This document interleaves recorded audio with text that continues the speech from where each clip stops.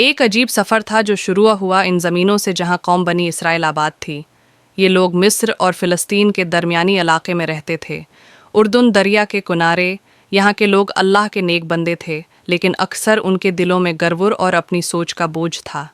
मूसी अलैहिस्सलाम हर चीज़ में कहते अल्लाह ने फरमाया, मगर वो सोचते, मगर हमें कब अपनी ज़िंदगी जीने को मिलेगी। ये वही कौम थी जिसे अल्लाह ने फ़िरौन से नजात दी, लेकिन फिर भी ये लोग शुक्र के बजाय सवाल और शिकायत में ज़्यादा मसरूफ़ रहते। तुम लोगों ने अल्लाह के माजिज़े देखे, समंदर चीरते देखा, आसमान से रिज़्क़ उतरते देखा, फिर भी तुम्हारे दिल नहीं भरते। हम समझदार हैं, हमें हर बात पर इंधा यकीन करने की आदत नहीं। दिन गुजरते गए और बनी इसराइल अपनी रोज़मर्रा ज़िंदगी और चालाकी में मशगूल रहे। सब कुछ ज़मीन और समंदर के दरमियान एक अजीब तस्कीन के साथ चल रहा था। फिर एक दिन अल्लाह ने अपने नबी को एक ऐसा राज बताया जो मूसी अलैहिस्सलाम की अपनी समझ से भी बाहर था। अल्लाह ने फरमाया, मूसी, मेरे बंदों में से एक ऐसा शख्स है जिसके पास इल्म है जो तुमसे भी ज़्यादा गहरा है। इसकी तलाश करो और सब्र के साथ उससे सीखो।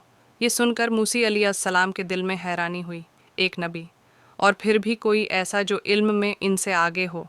अल्लाह ने कहा, एक मछली लो और समंदर के किनारे जाओ।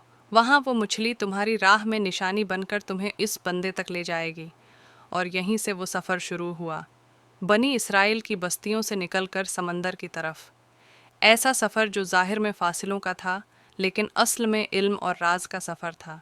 मैं चलता रहूँगा चाहे मुझे सालों लग जाएं। दिन रात का फ़र्क मिटा, रेगिस्तान गुजरा, पत्थर गुजरे। थकान जिस्म में उतर चुकी थी, लेकिन मूसी अलैहिस्सलाम का इरादा और ज़्यादा मजबूत होता जा रहा था। फिर एक दिन वो जगह आ गई जहाँ दो समंदर मिलते हैं। एक अजीब सी खामोशी, पानी का वो शूर जो दिल के अंदर तक उतर जाता है। और फिर इस मछली ने जिंदा होकर पानी में छलांग लगा दी और समंदर में ऐसे चली गई जैसे पानी ने उसके लिए कोई रास्ता बना दिया हो। यही वो निशानी थी जहाँ अल्लाह का बंदा मिलना था, और मूसी अलैहिस्सलाम इस शख्स को वहाँ ढूंढने लगे। तफसीर इब्न कथीर के मुताबिक पानी के दरमियान एक रास्ता बन गया और इस रास्ते से एक नूरानी शख्स बाहर आए। ये थे अल्लाह के ख़ास बंदे हज़रत ख़ुज़र अलैहिस्सलाम। कुरान पाक में हज़रत ख़ुज़र अलैहिस्सलाम का नाम कहीं भी वाज़ेह तौर पर नहीं बताया गया। नाम ख़ुज़र अलैहिस्सलाम हमें हदीस और तफसीर से मिलता है, यानी कुरान ने शख्सियत नहीं, उनके इल्म और मकाम को हाईलाइट किया ताकि दुनिया समझ ले इल्म अल्लाह जिसे चाहे अता करता है। जब मूसी अलैहिस्सलाम उन्हें ढूंढते हुए वापस इस मकाम पर पहुँचे तो वहाँ एक शख्स बैठा था। ऐसा शख्स जिसका चेहरा आम था, लेकिन इल्म आसमान से भारी। क्या मैं आपकी सोहबत अख्तियार कर सकता हूँ ताकि जो इल्म अल्लाह ने आपको दिया है इसमें से कुछ मुझे भी सिखा दें। ख़ुज़र अलैहिस्सलाम ने मूसी अलैहिस्सलाम को देखा, एक गहरी नज़र से, जैसे वो उनके आने का इंतज़ार ही कर रहे हों। तुम मेरे साथ सब्र नहीं कर सकोगे मूसी, चलो। यहीं से वो सफ़र शुरू हुआ जहाँ ज़ाहिर में सब कुछ गलत था, लेकिन अंदर हर चीज़ अल्लाह के हुक्म से ठीक, और जहाँ सब्र सबसे बड़ा इम्तिहान बनने वाला था। थोड़ी देर बाद उन्हें एक छोटी सी कश्ती मिली, गरीब मच्छीरों की कश्ती जो रोज़ अपनी जान जोखिम में डालकर समंदर से पैसे कमाते थे। हवा तेज़ हो रही है, हाँ, बस उसे यहाँ बांध दो। तुम्हें निकलना चाहिए, आइए हमारी कश्ती में सफ़र कर लीजिए। हम कुछ नहीं लेंगे, बस दुआ कर देना। गरीब लोग, मगर दिल से अमीर, उन्होंने बग़ैर किसी लालच के अल्लाह के दो बंदों को अपनी कश्ती में बैठा लिया। कश्ती समंदर में आगे बढ़ी, पानी नीचे गहरा, आसमान ऊपर बोझल और हवा में अजीब सी घबराहट। और फिर अचानक ख़ज़र अलैहिस्सलाम खड़े हुए और बग़ैर कुछ बोले कश्ती का एक तख्ता तोड़ दिया। समंदर के बीच टूटी हुई कश्ती, और मूसी अलैहिस्सलाम का दिल गुस्से और हैरानी से भरा हुआ। ये क्या कर दिया आपने? इन लोगों ने हमें मुफ्त में बैठाया और आप उनकी कश्ती ही तोड़ रहे हो। मैंने तुमसे पहले ही कहा था, तुम मेरे साथ सब्र नहीं कर सकोगे। मैं भूल गया था, मुझे मुआफ़ कर दीजिए, आगे से सवाल नहीं करूँगा। किश्ती टूटी हुई मगर डूबी नहीं, और थोड़ी देर बाद वो दूसरे किनारे पर लगी। कश्ती से उतरने के बाद दोनों एक शहर की तरफ चल पड़े, रेत और पत्थर का शहर जहाँ बच्चे गलियों में खेल रहे थे। उन्हें बच्चों में से एक लड़का हंसता हुआ भाग रहा था। ख़ज़र अलैहिस्सलाम रख गए और इस बच्चे को गौर से देखने लगे। फिर अचानक इस बच्चे को पकड़ा और एक ही पल में उसकी जान ले ली। یا اللہ آپ نے ایک بے گناہ جان لے لی، یہ تو سیدھا سیدھا ظلم ہے۔ میں نے تم سے پہلے ہی کہا تھا تم میرے ساتھ صبر نہیں کر سکو گے۔ یہ سن کر موسی علیہ السلام پھر خاموش ہو گئے اور وہ دونوں آگے بڑھے، بھوک، پیاس، تھکان اور ایک سخت مزاج گاؤں۔ انہوں نے لوگوں سے کہا، ہم مسافر ہیں، کیا آپ کے پاس کھانے کے لیے کچھ ہے؟ مگر گاؤں والوں نے منہ پھیر لیا، یہاں کوئی مہمان نہیں پالتا۔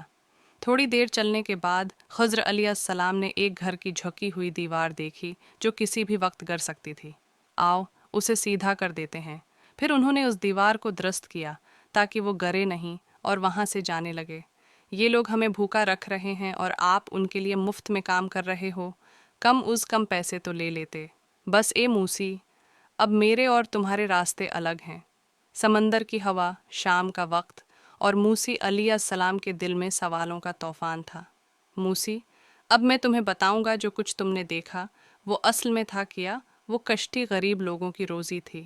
آگے ایک ظالم بادشاہ تھا جو ہر اچھی کشتی زبردستی چھین لیتا۔ اور میں کشتی کو نہ توڑتا تو وہ بادشاہ ان سے سب کچھ چھین لیتا اور وہ لوگ فقیر ہو جاتے۔ موسی علیہ السلام کا چہرہ بدلنے لگا۔ پہلی بار ظلم رحمت بن گیا۔ جہاں تک اس بچے کا تعلق ہے، وہ بڑا ہو کر کفر اور بغاوت میں ڈوب جاتا۔ میں اس دن کو لانت بھیجتا ہوں جب میں اس گھر میں پیدا ہوا تھا۔ اس کے ماں باپ مومن تھے اور اللہ نے چاہا کہ انہیں ایسی اولاد ملے جو ایمان میں بہتر ہو اور رحمت کا سبب بنے۔ موسی علیہ السلام کو جو چیز قتل لگ رہی تھی وہ اصل میں دو مومن دلوں کا امتحان اور انہیں ایک نیک اولاد کا نصیب کرنا تھا۔ جس دیوار کو میں نے سیدھا کیا، اس کے نیچے دو یتیم بچوں کے لیے ایک خزانہ چھپا ہوا تھا۔ ان کا باپ نیک آدمی تھا۔ اللہ نے چاہا کہ جب تک وہ بچے جوان نہ ہو جائیں ان کا مال محفوظ رہے۔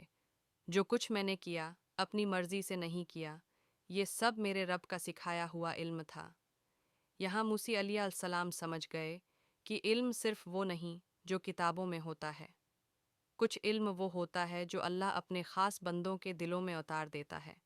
تمہاری زندگی میں بھی کبھی کشتی ٹوٹ جاتی ہے، کبھی کوئی چیز تم سے چھین لی جاتی ہے، کبھی تم کہتے ہو میرے ساتھ ظلم ہو گیا، لیکن شاید وہی تمہارا بچاؤ، تمہاری رحمت ہوتی ہے اور تمہیں پتہ بھی نہیں ہوتا۔